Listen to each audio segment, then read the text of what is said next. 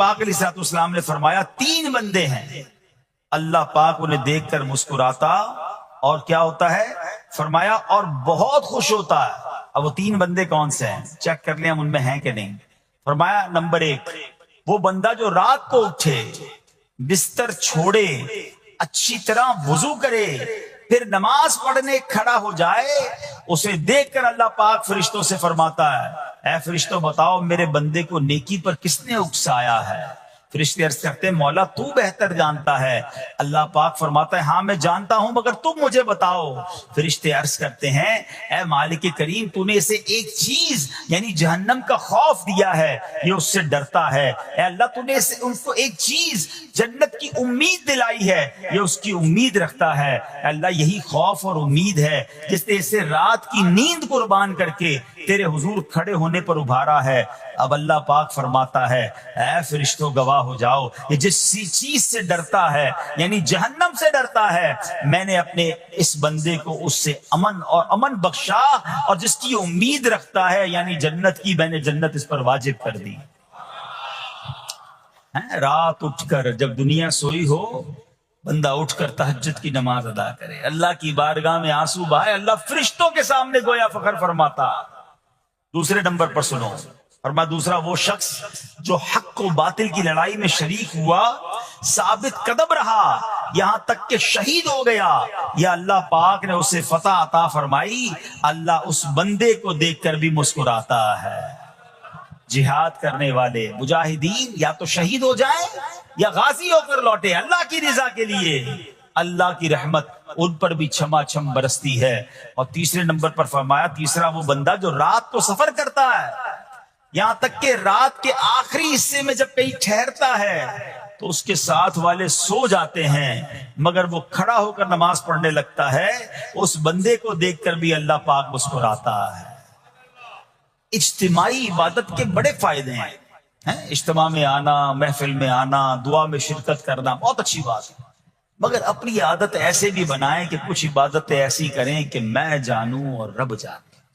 یہ جو رات اٹھ کر دعا کا لطف ہے رات اٹھ کر جو نماز پڑھنے کا لطف ہے نا جب ساری دنیا سو رہی ہے اور بندہ اپنے رب کی بارگاہ میں حاضر ہے.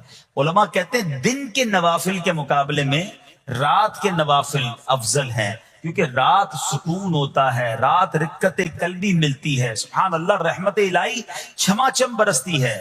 تو ہمیں کیا کرنا ہے کہ رات تہجد کی نماز کی عادت ڈالے. رمضان میں بن گئی تھی نا سحری کے لیے اٹھتے تھے تو لوگ تہجد پڑھتے تھے اللہ کرے کہ یہ عادت بن جائے. کبھی کبھی اگر ہر روز نہیں ہو سکتا کم از کم کبھی کبھی کریں. اچھا اگر ایسی کوئی عبادت ہو بھی جائے نا تو پھر سب کو بتائیں نا کہ رات اٹھا تھا تو جناب دعائیں بھی کی تو آنسو بھی بہائے. نہیں کبھی کبھی ایسا کیا کرو کہ میں جانوں اور رب جانے اللہ سے باتیں کیا کرو. میں آپ کو صحیح بتاؤں آپ مجھے ایک بات بتائیں یہ تو آپ نے سن بھی لیا کہ اللہ کی رحمت کس قدر برستی ہے اس پر. زندگی میں بھی جب کبھی ہم پریشان ہوں اور رات نیند نہ آئے کبھی کبھی ایسا ہوتا ہے پریشانی میں نیند نہیں آتی کروٹیں بدل رہا ہوتا انسان اور اس کروٹ بدلتے بدلتے میں آپ کی جب والدہ حیات ہوگی یا ماشاءاللہ جن کے پاس ماں موجود ہے ماں جیسی ہستی کہاں ملتی ہے پھر. ایک بار اور سن لو دنیا کی بہت ساری چیزیں میرے اور آپ کے پاس ہیں جو ریپلیسیبل ہیں جو بدلی جا سکتی ہیں. موبائل فون لیتے ہیں بڑی خوشی سے لیتے ہیں مگر نیا ماڈل آتا ہے تو لوگ بدل لیتے ہیں.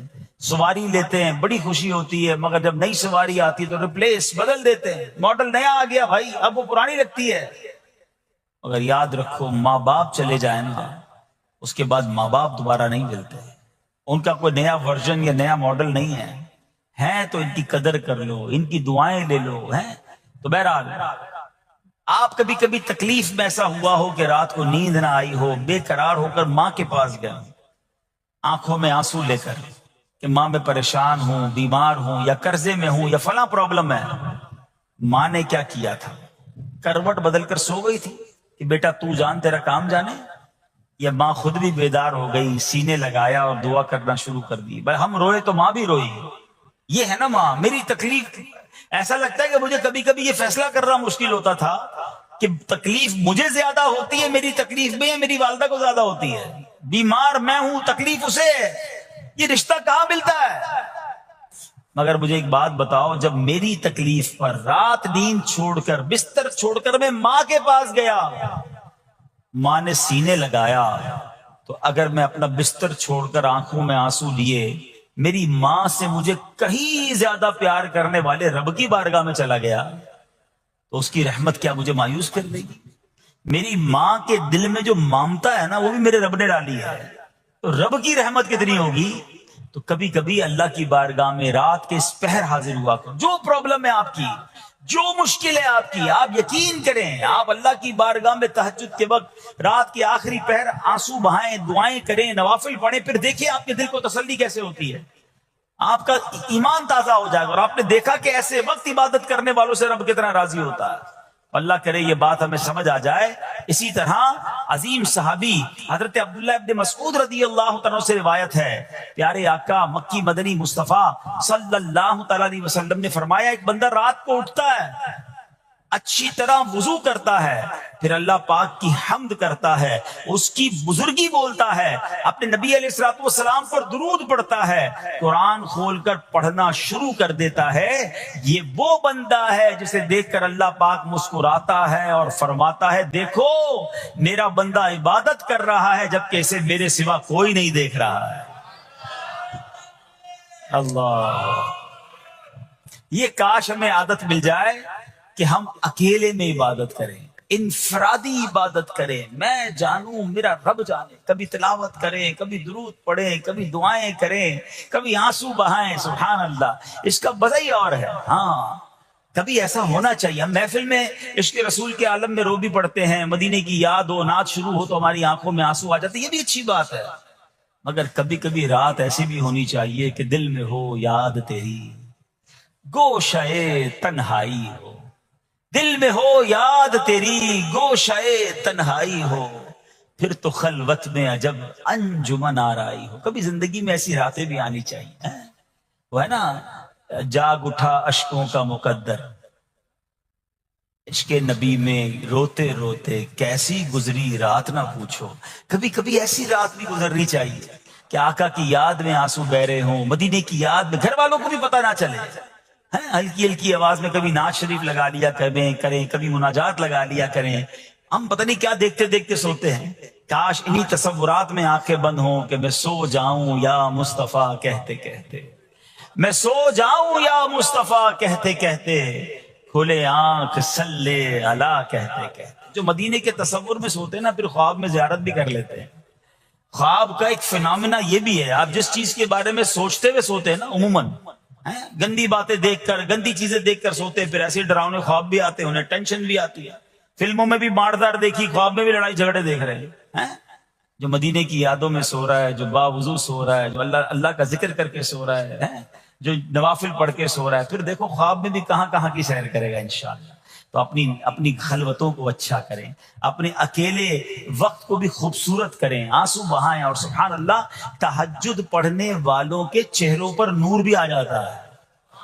ہاں یہ ایک الگ نعمت انہیں ملتی ہے، اللہ نصیب فرما دے۔ اچھا ایک اور خوبصورت کام ہے، اللہ کریم جنہیں دیکھ کر مسکراتا ہے۔ فرمایا حضرت ابو سعید خدری رضی اللہ عنہ فرماتے ہیں، رسول ذیشان مکی مدنی سلطان صلی اللہ تعالی علیہ وسلم نے فرمایا، 3 بندوں کو دیکھ کر اللہ پاک مسکراتا ہے۔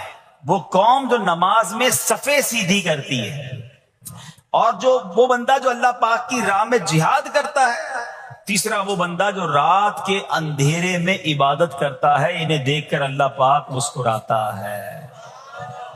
جہاد والی بات اور رات والی عبادت کی بات تو ہو گئی، اب اس میں نئی بات سیکھنے کو ملی، صفیں درست کرنے والی۔ اب روز نماز پڑھ رہے ہیں، صفیں درستی کر رہے ہوتے، امام صاحب کہہ کے تھک جاتے، کاندھے سے کاندھا ملائیں، صفوں کو سیدھا کریں۔ صفوں کو سیدھا کرنے والوں کو دیکھ کر رب کی رحمت مسکراتی ہے، رحمت برستی ہے۔ اب یہ کتنا آسان کام ہے، مگر اس کی طرف بھی توجہ نہیں ہوتی ہے۔ یاد رکھیے کہ صفیں سیدھی کرنا یہ بڑی نیکی ہے، اور اللہ کرے کہ ہم اس پر عمل کرنے والے بنیں۔ اور صفیں درست نہ کرنا ترک واجب، ناجائز اور گناہ ہے۔ سیدھی صفیں نہیں کرتے، نہیں ناجائز کرتے ہیں، گناہ کرتے ہیں۔ صف درست نہ کرنے سے نماز ناقص رہ جاتی ہے۔ اور یہ بعض اوقات لوگ کہتے ہیں یار ہمیں اس نماز میں وسوسے بہت آتے ہیں، روایتوں میں آتا ہے صف درست نہ کرنا نماز میں وسوسے آنے کا سبب ہے۔ صفیں ٹھیک نہیں ہوں گی نا، عجیب عجیب سی باتیں دماغ میں آئیں گی۔ کیوں؟ حدیث پاک میں آتا ہے شیطان تمہارے درمیان بھیڑ کے بچے کی طرح گھس جاتا ہے۔ شیطان صفوں میں گھس جاتا ہے. صف سیدھی نہ کرنے میں چہرہ بگڑنے کا اندیشہ ہے. اے ہائے، اب ذرا غور کر لیجئے یہ کتنا ضروری ہے. قرآن کریم میں ایک سورت ہے سورہ صافات. اس مبارک سورت کی پہلی آیت میں اللہ پاک نے فرمایا وَالصَّافَّاتِ صَفًّا، ان کی قسم جو باقاعدہ صفے باندھے ہوئے ہیں. حضرت عبداللہ ابن مسعود فرماتے ہیں یہاں صفے باندھنے والوں سے مراد فرشتے ہیں. حضرت جابر بن سمورہ رضی اللہ تعالیٰ عنہ فرماتے ہیں ایک دن پیارے آقا مکی مدنی مصطفیٰ صلی اللہ تعالیٰ علیہ وسلم تشریف لائے اور فرمایا تم ایسے صف کیوں نہیں بناتے جیسے فرشتے صفے بناتے ہیں. ہم نے عرض کی یا رسول اللہ صلی اللہ تعالیٰ علیہ وسلم فرشتے کیسے صف بناتے ہیں؟ فرمایا پہلے اگلی صف مکمل کرتے ہیں اور خوب مل کر کھڑے ہوتے ہیں. سبحان اللہ، مبارک ہو مسلمانوں کو جو صفے سیدھی کرتے ہیں، اچھی طرح کاندھے سے کاندھا ملاتے ہیں، گویا یہ فرشتوں کا کام کر رہے ہیں، فرشتوں والا کام کر رہے ہیں. تفسیر طبی میں ہے فاروق اعظم رضی اللہ عنہ کا یہ معمول تھا جب نماز پڑھانے لگتے تو نمازیوں کو فرماتے صفے سیدھی کر لو، اے فلاں ذرا آگے ہو جاؤ، اے فلاں ذرا پیچھے ہو جاؤ. پھر فرماتے بے شک اللہ پاک تمہیں فرشتوں کی طرح دیکھنا پسند فرماتا ہے. تو صفے سیدھی رکھنا یہ فرشتوں کا انداز ہے اور اللہ کی رحمت خوب برستی ہے، گویا رب مسکراتا ہے انہیں دیکھ کر. ایک عورت حضرت سیدنا حسن بصری رحمت اللہ تعالی کے پاس آئی اور کہا کہ اے شیخ میری لڑکی فوت ہو گئی ہے، میں اسے خواب میں دیکھنا چاہتی ہوں. حضرت حسن بصری رحمت اللہ تعالی نے فرمایا کہ 4 رکعت نفل اس طرح ادا کرو کہ ہر رکعت میں سورہ فاتحہ ایک مرتبہ اور سورہ تکاثر الہاکم التکاثر، یہ پوری جو سورت ہے یہ ایک مرتبہ پڑھو. اور یہ نماز عشاء کی نماز کے بعد پڑھ کر پہلو کے بل پیارے آقا علیہ الصلوۃ والسلام پر درود پڑھتے ہوئے سو جاؤ یہاں تک کہ تمہیں نیند آ جائے. اس عورت نے اپنی مرحوم بیٹی کو خواب میں دیکھنے کے لیے یہی عمل کیا، یہی فارمولہ اپنایا، یہی وظیفہ اپنایا. اس عورت نے خواب میں کیا دیکھا؟ ماں اپنی بیٹی کو تکلیف میں نہیں دیکھ سکتی. اب اس عورت نے خواب میں دیکھا کہ اس کی بیٹی عذاب میں گرفتار ہے، گندھک کا لباس اس کا پہنا ہوا ہے، ہاتھ بندھے ہوئے ہیں اور پاؤں میں آگ کی زنجیریں ہیں. اب جب یہ عورت بیدار ہوئی تو بہت افسردہ، ظاہر ہے ماں اگر اپنی بچی کو عذاب میں دیکھ لے تو کون سی ماں سکون میں ہوگی. حضرت حسن بصری رحمت اللہ تعالی کے پاس آئی اور آ کر کہا کہ حضور میری بیٹی تو عذاب میں ہے. آپ نے فرمایا کچھ مال صدقہ کرو. اب کہتے مال صدقہ کرو، امید ہے کہ اللہ عز و جل اسے معاف فرما دے گا. حضرت حسن بصری رحمت اللہ تعالی اسی رات سوئے. ایک دن کے بعد آپ آرام کر رہے ہیں، آپ نے عالم خواب میں خود کو جنت کے باغ میں دیکھا. ایک خوبصورت تخت پر ایک حسین و جمیل عورت بیٹھی ہوئی تھی، سر پر نور کا تاج سجا ہوا ہے. کہنے لگی اے حسن کیا آپ مجھے نہیں جانتے؟ حضرت حسن بصری رحمت اللہ تعالی نے فرمایا کہ نہیں میں تو نہیں جانتا. تو وہ عورت، وہ خاتون کہتی ہے کہ میں اسی عورت کی بیٹی ہوں جو کل آپ کے پاس آئی تھی، آپ نے جس کو وظیفہ بتایا تھا. حضرت حسن بصری رحمت اللہ تعالی نے فرمایا کہ تمہاری ماں تو بتا رہی تھی تم عذاب میں ہو، تم بڑی تکلیف میں تھی. کہا حضور بات تو یہی ہے، میری ماں نے سچ کہا تھا. تو آپ نے پوچھا پھر یہ مقام کیسے ملا؟ آج تو جنت کی نعمتیں تمہارے ساتھ. اس لڑکی نے کیا کہا؟ بڑی زبردست بات ہے. کہتی کہ ہم 70,000 افراد تھے جو عذاب میں مبتلا تھے، مگر ایک نیک آدمی ہمارے قبرستان سے گزرا، اس نے سرکار دو عالم صلی اللہ تعالی علیہ وسلم پر درود پڑھا اور اس کا ثواب ہمیں پہنچایا. اللہ عز و جل نے اس درود کو اس کی طرف سے قبول فرمایا اور ہم تمام کو اس درود شریف کی برکت سے اس عذاب سے نجات عطا فرمائی، اور مجھے یہ مرتبہ ملا جو آپ اپنی آنکھوں سے مشاہدہ کر رہے ہیں. 70,000 افراد قبرستان کے مردے جن پر عذاب ہو رہا تھا، مگر ایک نیک شخص گزر کر درود پاک پڑھ کر ساری قبر والوں کو ایصال ثواب کرتا ہے تو 70,000 لوگوں سے عذاب گویا دور کر دیا جاتا. اے میٹھے میٹھے اسلامی بھائیوں، کتنے سارے مدنی پھول اس واقعے سے ملتے ہیں. قبرستان جانا چاہیے، وہاں جا کر فضول باتیں نہیں. آج کل تو قبرستان میں بھی برے کام ہو رہے ہیں، معاذ اللہ. منشیات فروشوں نے، بہت سارے غلط کام کرنے والوں نے قبرستان کا رخ کیا ہے. ارے یہ تو عبرت کی جگہ ہے. جہاں کسی کی قبر میں عذاب ہو رہا ہے، کسی کی قبر جنت کا باغ ہے، وہاں جا کر تو آنسو بہانے. جی ہاں، حضرت عثمان غنی رضی اللہ تعالیٰ عنہ ذو النورین، ذرا مرتبہ سوچئے گا، ذو النورین ہیں، خلیفۃ المسلمین ہیں، امیر المومنین ہیں. مگر آپ جب قبرستان جاتے، کبھی کسی قبر کے پاس جاتے، زاروں کتار روتے، اتنا روتے کہ آپ کی داڑھی آنسوؤں سے تر ہو جاتی. کسی نے کہا حضرت نہ آپ حشر کی بات پر اتنا روتے ہیں، نہ جہنم کے تذکرے پر اتنا روتے ہیں، آپ قبرستان میں آتے ہیں یا قبر کی بات ہوتی ہے بڑا روتے ہیں. فرمایا بات یہ ہے کہ یہ قبر ہی پہلی منزل ہے. جو اس قبر میں پاس ہو گیا، اس امتحان سے پاس ہو گیا، وہ آگے بھی کامیاب ہو جائے گا. جو قبر میں پھنس گیا، اس کی اگلی منزل بھی بڑی خطرناک ہونی ہے. آج کچھ لوگ یہ بھی کہتے ہیں ہم تو شراب نہیں پیتے. یہ شراب کی دکان چلانے والے کچھ ملکوں میں کہتے ہیں ہم تو کافر کو شراب بیچتے ہیں. یہ جناب کافر کے لیے ہم نے شراب رکھی ہے. حضرت علامہ مولانا مفتی محمد امجد علی اعظمی علیہ رحمت اللہ الکوی فرماتے ہیں کہ کافر یا بچے کو شراب پلانا بھی حرام ہے، اگرچہ بطور علاج پلائے، اور گناہ اسی پلانے والے کے ذمے ہے. مجھے تو کبھی کبھی سمجھ نہیں آتی، اللہ کرے میں جو آج بیان کرنے جا رہا ہوں کوئی ایسا مجھے سن لے جس کے دل پر یہ چوٹ لگ جائے، جو ایئر لائن میں کام کرتے ہیں، مسلمان ہوتے ہیں مگر شراب صرف کر رہے ہوتے ہیں. ارے تف ہے ایسی روزی پر جو تمہیں حرام کی طرف، اللہ کے عذاب کی طرف لے جا رہی ہے، اور تم مسکرا مسکرا کر لوگوں کو شراب پیش کر رہے ہو. توبہ توبہ توبہ. اللہ رب العالمین کو کیا جواب دو گے؟ نہ کرے ایسا کام. اگر مجھے دنیا بھر میں کوئی ایسا سن رہا ہے جو کسی ایسے سٹور پہ کام کرتا ہے جہاں شراب صرف کی جاتی ہے، چھوڑ دو ایسی نوکری، نہ کرو ایسا کام. اللہ غیب کے خزانوں سے تمہیں حلال روزی عطا فرمائے گا. مجھے یاد آ گیا، ایک بار ہم اٹلی میں تھے مدنی قافلے میں، اسی طرح کا کچھ بیان تھا. ایک شخص، ایک مسلمان میرے پاس آیا اور آ کر کہتا ہے کہ میرا جی تو بڑا چاہتا ہے کہ میں حلال کماؤں، لیکن ہمارے سٹور پہ شراب بیچی جاتی ہے. اگر میں شراب نہیں بیچوں گا تو ہمارے سٹور پہ گاہک کم آئیں گے، گاہک کم آئیں گے تو میری روزی کا کیا ہوگا، بچوں کا کیا ہوگا، کاروبار کیسے چلے گا. میں نے اس سے ایک سوال کیا، اور میں تمام شراب بیچنے والوں، تمام غلط کام کرنے والوں سے وہی سوال آج کرنے لگا ہوں.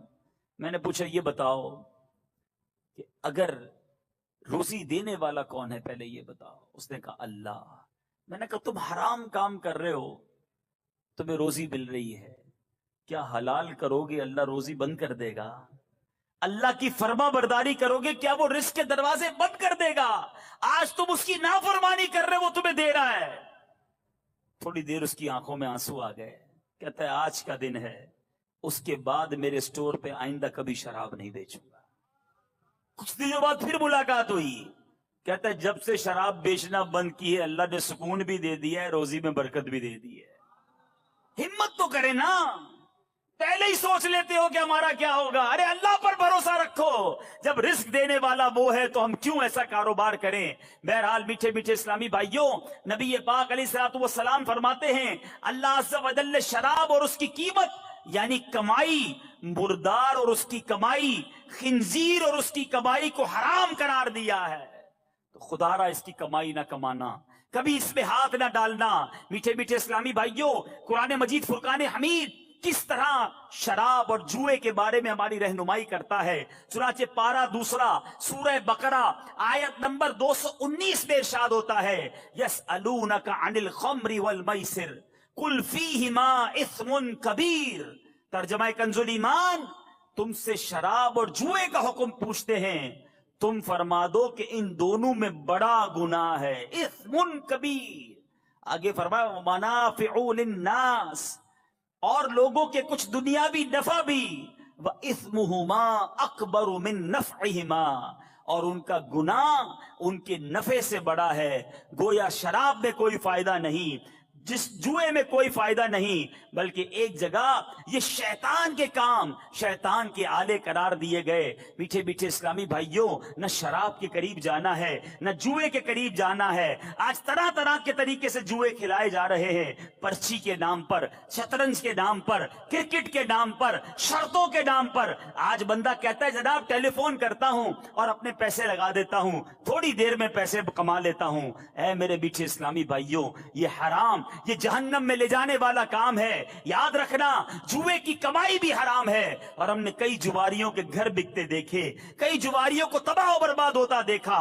ارے نہ بھی ہوئے تباہ، کروڑ پتی بھی بن گئے، تو یہ پیسے تمہیں جہنم میں لے جائیں گے. یہ دنیا میں چھوڑ کر جاؤ گے تو آخرت میں عذاب کا باعث بنیں گے. ہمیں یہ حرام کی روزی نہیں چاہیے. خدا را توبہ کر لیجئے، جوئے کے قریب بھی نہ جائیے. ہمیں حلال اور فقط حلال روزی کمانی ہے.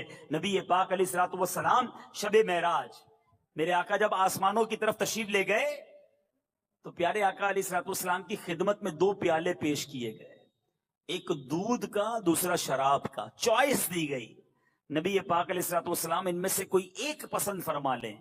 میرے آقا علیہ الصلوۃ والسلام نے دودھ کو پسند فرمایا. تو عرض کی گئی آپ علیہ الصلوۃ والسلام نے فطرت کو پسند فرمایا ہے، کیونکہ اگر آپ شراب کو پسند فرماتے تو آپ کی امت گمراہی کا شکار ہو جاتی. میٹھے میٹھے اسلامی بھائیوں، غور کیجیے، نبی پاک علیہ الصلوۃ والسلام نے شراب کی طرف گویا ہاتھ بھی نہیں بڑھایا اور دودھ کو پسند فرما کر فطرت کو پسند فرمایا. مگر آج ہمارا حال کیا ہے؟ آپ کو پتہ ہے شراب ہمارے صحابہ بھی پیتے تھے. جب شراب کی حرمت نازل نہیں ہوئی تھی نا، شراب نہ حرام قرار دی گئی، وہ پیتے تھے. لیکن کئی صحابہ اس وقت بھی نہیں پیتے تھے، لیکن چونکہ حلال تھی، مگر عادت ہونے کے باوجود جیسے ہی پتا چلا کہ شراب حرام ہو گئی ہے، اللہ، مکے کی گلیوں میں شراب کے برتن بہا دیے گئے، برتن توڑ دیے گئے. جس کے ہاتھ میں گلاس تھا اس نے توڑ دیا، ہاتھ میں بوتل تھی اس نے توڑ دیا، سارے برتن سے شراب بہا دی گئی. میٹھے میٹھے اسلامی بھائیو سنیے، حضرت انس بن مالک رضی اللہ عنہ سے مروی ہے، آپ فرماتے ہیں ہمارے پاس آگ کے بغیر کچی کھجوروں کی بنی ہوئی شراب تھی. میں فلاں کو شراب پلا رہا تھا کہ ایک شخص آیا اور اس نے بتایا کہ شراب حرام ہو گئی ہے. ابھی آ کر بتاتا ہے شراب پلا رہے ہیں. کہتے ہیں ان سب نے مجھ سے کہا اے انس یہ مٹکوں کو انڈیل دیجئے، اب شراب نہیں پینی، حرام ہو گئی، اب نہیں پینی. آپ فرماتے ہیں کہ معلوم ہونے کے بعد صحابہ کرام نے اس کے متعلق کسی سے کچھ نہ پوچھا اور نہ ہی شراب کی طرف دوبارہ دیکھا. کیسے لوگ تھے؟ پتا چل گیا منع نہیں چلے گی. آج ہم کو پتا ہے حرام، مگر پھر بھی شراب نہیں چھوڑتے. اور شرابی کیسا عجیب شخص ہے. آپ تو جو یہ معاشرے میں رہتا ہے اسے پتا ہے کہ شراب پینے والے کو ہوش ہی نہیں رہتا. حضرت عبداللہ بن عمر بن عاص رضی اللہ عنہ فرماتے ہیں میں نے اللہ عز و جل کے پیارے حبیب صلی اللہ تعالی علیہ وسلم سے شراب کے متعلق پوچھا تو پیارے آقا نے فرمایا یہ سب سے بڑا گناہ اور تمام برائیوں کی جڑ ہے. شراب پینے والا نماز چھوڑ دیتا ہے اور بعض اوقات اپنی ماں، خالہ اور پھوپھی سے بھی بدکاری کا مرتکب ہو جاتا ہے. اسے پتہ ہی نہیں چلتا نا کہ ماں ہے، بہن ہے کہ کون ہے. شراب کے نشے میں جو بے حیائی چاہے وہ کر ڈالتا ہے. اور ایسے کئی معاملات پتہ چلتے ہیں کہ کوئی عورتوں پہ ظلم کر رہا ہوتا ہے، کوئی انہیں گالیاں نکال رہا ہوتا ہے، اس کو اپنا پتہ نہیں ہوتا کہ ہمارا کیا حال ہے. حالانکہ میٹھے اسلامی بھائیوں، شرابی جو ہے نا، اس کی وجہ سے اس کے خاندان کی بھی بے عزتی ہو رہی ہوتی ہے. اس کا بچہ الگ ڈی مورلائز ہو رہا ہوتا ہے کہ میرا باپ شرابی. میں پچھلے دن ایک جگہ گیا، مجھے بتایا کہ ہمارے یہاں اتنی شراب پی جاتی ہے، پاکستان کے ایک علاقے کی بات کر رہا ہوں، کہ ایک بندے کو کہتا ہے میں نے اپنی آنکھوں سے دیکھا جو اپنے 5 سال کے بچے کو شراب پلا رہا تھا، خود پیا اور اب نشے میں اپنے بچے کو شراب پلا رہا ہے. مجھے بتائیے کہ ایسے بچے کیسے بڑے ہوں گے جو باپ کی شفقت سے محروم ہیں؟ باپ سے جب ملتا ہوگا گالیاں ملتی ہوں گی، ڈانٹ ڈپٹ ملتا ہوگا، بیوی الگ پریشان، ماں باپ الگ پریشان۔ یہ شراب ہے ہی چیز ایسی جو پورے گھر کا نظام برباد کر دیتی ہے، اور کئی لوگ اپنی ساری کمائی اس نشے کے اندر ڈال دیتے ہیں۔ صرف شراب کی بات نہیں کرتا، آج ہیروئن کے نام پر، چرس کے نام پر، نہ جانے منشیات کے نام پر ہمارے نوجوانوں کو کدھر لگا دیا گیا۔ صحت الگ برباد ہو گئی اور جہنم میں جانے والا کام الگ ہو رہا ہے۔ خدارا آج آئے ہو اس اجتماع میں، آپ کے آگے ہاتھ جوڑتا ہوں، شب برات سب کی بخشش ہوگی، شرابی نہیں بخشا جائے گا۔ اللہ کے واسطے چھوڑ دو۔ میں آپ کو بتاتا ہوں میرے رب کی جنت کیسی ہے۔ شراب پینی ہے نا، تھوڑا صبر کر لو، اللہ نے جنتیوں کے لیے جنتی شراب تیار کر رکھی ہے۔ ہم پیئیں گے شراب انشاءاللہ، مگر وہ شراب پیئیں گے جس کو شراب طہور کہا گیا، جس کو پاکیزہ شراب قرار دیا گیا۔ سبحان اللہ۔ میٹھے میٹھے اسلامی بھائیوں، ابھی میں آپ کو جنتی شراب کے بارے میں بتاتا ہوں، لیکن ایک دل ہلا دینے والی صحابہ کرام کا قول سنیے۔ میرے بزرگ بیٹھے ہیں، اپنی بچی کا رشتہ کرتے وقت ہم کیا چیک کرتے ہیں کہ لڑکا کماتا کتنا ہے، رہتا کدھر ہے، دکھتا کیسا ہے، بس 3-4 چیزیں، زیادہ سے زیادہ خاندان پوچھ لیا۔ کبھی یہ پوچھا کہ نماز پڑھتا ہے کہ نہیں پڑھتا، کہیں شراب تو نہیں پیتا، کہیں برے دوستوں میں تو نہیں بیٹھتا۔ سنو، صحابہ کرام کا قول ہے، جس نے اپنی بیٹی کو کسی شرابی کے نکاح میں دیا، گویا اس نے اپنی بیٹی کو بدکاری کے لیے پیش کر دیا۔ آج کوئی نہیں سوچتا، آج ہمارے نزدیک گناہ وہ برے ہیں جو لوگوں کے نزدیک برے ہیں۔ ارے لوگ کیا کہیں گے کہ شرابی کو بیٹی دے دی، جواری کو بیٹی دے دی، اس لیے، ورنہ برے دوستوں میں بیٹھنے والے کو کون چیک کرتا ہے؟ ارے اپنی بیٹی کا رشتہ کر رہے ہو، دیکھو جس کے ہاتھ میں آپ بیٹی کا رشتہ دے رہے، کل وہ آپ بیٹی کے بچوں کا باپ بھی بننا ہے، باپ کیسا ہوگا؟ اگر وہ حرام روزی لا کر کمانے والا ہے تو پورے گھر کو برباد کر دے گا نا۔ تو کبھی شرابی سے رشتہ بھی نہ کریں، اور شراب پینے والا بھی اللہ کے واسطے توبہ کرے۔ میٹھے میٹھے اسلامی بھائیوں، نبی پاک کا ایک اور فرمان سنیے، دل دہلانے والا بیان۔ نہ شرابیوں کے ساتھ بیٹھو، میرے آقا کہتے ہیں، نہ شرابیوں کے ساتھ بیٹھو، نہ ان کے بیمار ہونے پر عیادت کرو، اور نہ ہی ان کے جنازوں میں شرکت کرو۔ شراب پینے والا بروز قیامت اس حال میں آئے گا کہ اس کا چہرہ سیاہ ہوگا، اس کی زبان سینے پر لٹک رہی ہوگی، تھوک بہ رہا ہوگا، اور ہر دیکھنے والا اس سے نفرت کرے گا۔ اب غور کر لیجیے، کیا شرابی کی، جس کو آپ کہیں کہ بدقسمتی ہے، نبی پاک فرماتے نہ بیٹھو، نہ سلام کرو، نہ عیادت کرو، نہ جنازے میں جاؤ۔ کیا ہم ایسے بنیں گے؟ نہیں، انشاءاللہ ہم رب کی رضا کے کام کرنے والے بنیں گے، کبھی بھی زندگی میں شراب کے قریب بھی نہیں جائیں گے۔ زور سے نیت کریں، انشاءاللہ کبھی بھی قریب نہیں جائیں گے۔ پیچھے پیچھے اسلامی بھائیوں، یہاں ایک اور کام کرتے ہیں، اب شراب کے نام کو چینج کر کے عجیب عجیب نام آ گئے ہیں۔ نہیں جناب، یہ شراب نہیں، تو وسکی ہے، یہ جناب برانڈن ہے، پتہ نہیں کیا کیا نام رکھے ہوئے، برانڈی ہے، شیمپین ہے، اب تو پتہ نہیں کوئی کہتے یہ سوڈا ہے۔ یاد رکھیے کہ کوئی بھی گدھے کو گھوڑا بنانے کی کوشش کرے، گدھا گدھا ہی ہوتا ہے۔ شراب کا نام تبدیل کرنے سے شراب تبدیل نہیں ہونی۔ ہاں میرے بیٹھے اسلامی بھائیوں، آج سے صدیوں پہلے دیکھو میرے آقا کی غیب کی خبریں، صدیوں پہلے میرے آقا نے فرمایا میری امت کے کچھ لوگ شراب کا نام تبدیل کر کے اسے پیئیں گے۔ میرے آقا نے اس وقت فرمایا ان کے سروں پر آلات موسیقی بجائے جائیں گے، ان کے سروں پر آلات موسیقی بجائے جائیں گے، اور گانے والی لونڈیاں گائیں گی، اللہ عز و جل ان کو زمین میں دھسا دے گا، اور بعض کو بندر اور خنزیر بنا دے گا۔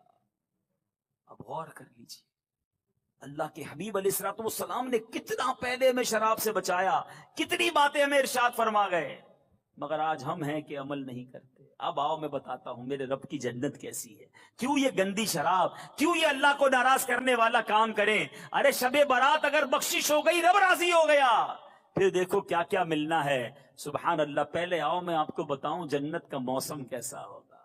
بڑی گرمی لگ رہی ہے نا، سنو میں آپ کو بتاتا ہوں، بڑے بڑے ایئر کنڈیشن میں رہنے والوں سنو، آج دنیا کے ٹھنڈے موسم کو یاد کرتے ہو کہ جناب گرمیاں ٹھنڈے علاقوں میں گزارنی چاہیے، سردیاں گرم علاقوں میں گزارنی چاہیے۔ آؤ رب کی جنت کی تیاری کرتے۔ قرآن کہتا ہے لا یرون فیہا شمسا ولا زمہریرا، ترجمہ کنز ایمان، نہ اس میں دھوپ دیکھیں گے نہ سردی دیکھیں گے، ٹھٹھر والی سردی بھی نہیں ہوگی، دھوپ بھی نہیں ہوگی، معتدل موسم ہوگا۔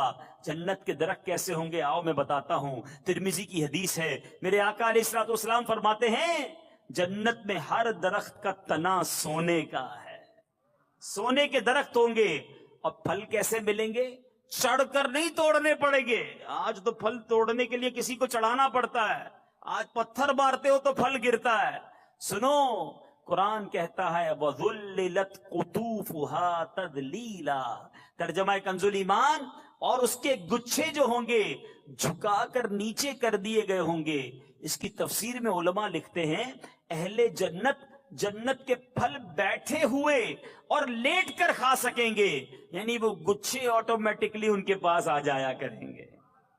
ایسی نعمتیں رب نے تیار کر رکھی ہیں۔ جو آج شراب پیتے ہیں، جو آج معاذ اللہ گندی شراب پیتے ہیں، میٹھے میٹھے اسلامی بھائیوں اور مدنی چینل کے ناظرین، آؤ میں آپ کو بتاتا ہوں کہ جنت کی شراب کیسی ہوگی۔